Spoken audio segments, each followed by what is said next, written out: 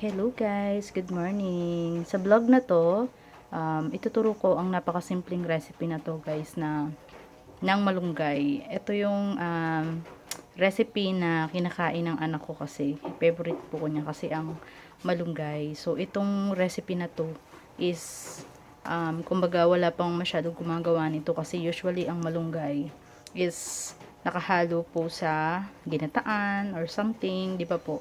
Ito naman po this time, gigisahin ko siya ng may century tuna. Yes, flaxen oil. Masarap po siya, promise. Gawin nyo po kahit po kayo magugustuhan po ninyo. Napakasimple lamang po. Sige po, update ko po kayo mamaya. Siyempre, hugasan muna natin yung malunggay. Hugasan na muna natin ng mabuti guys, yung malunggay. Yeah, natapos ko na siyang himayin. Ito kasi yung way ko guys para makain siya ng aking anak. At saka masarap talaga siya yung ganitong style lang. Nagigisahin mo lang siya na may century tuna, flaxen oil ang kanyang halo. Actually na-discover ko lang din tong recipe na to guys. Kasi karamihan talaga is ginagataan po itong ganito yung malunggay. Tapos o di kaya po inahalo sa sinabawan, ganyan. Ito po kasi yung recipe na mabilis lang, madali lang, at saka hindi kailangan ng mga ingredients po.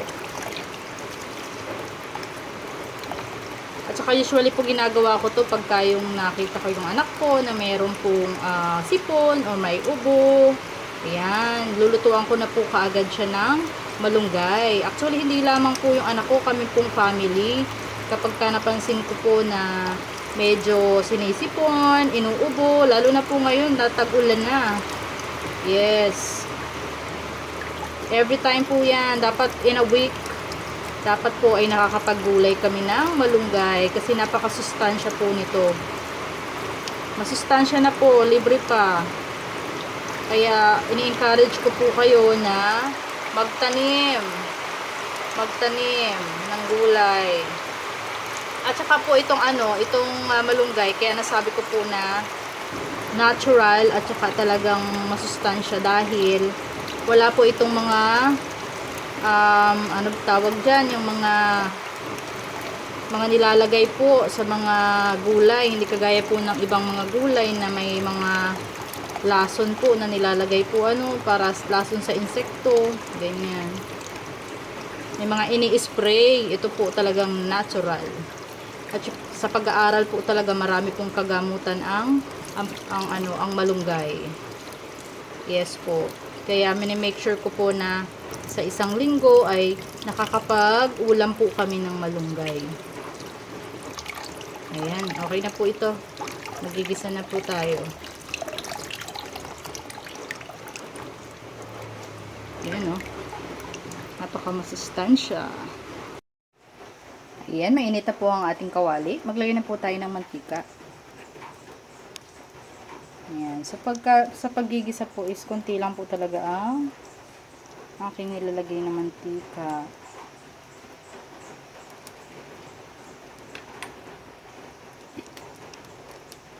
Lagay na po natin yung bawang at sibuyas.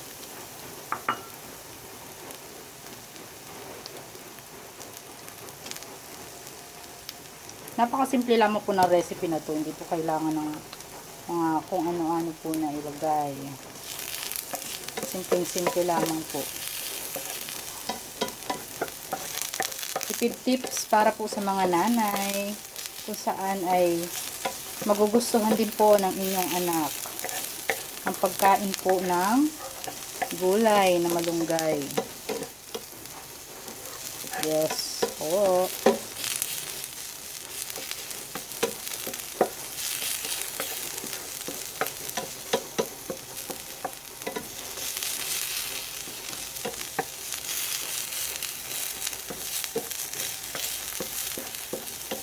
Ayan, nagbo-brown na po.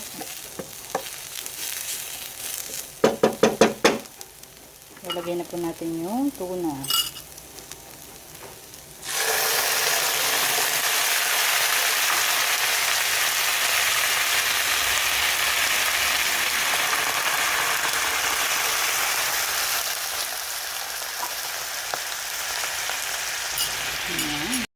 the best talaga po na ihalo dito is yung tuna flakes and oil.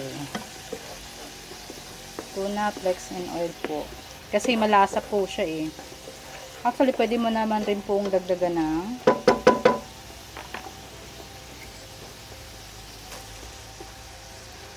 ayan, lagyan na natin yung malunggay. Ganun lamang po kasimple. At kapag luto na po, kahunin na natin. Lalagyan ko lamang po yan ng kaunting asin. Salamat sa panonood. Kita-kita ulit tayo sa susunod naming video. God bless and bye-bye.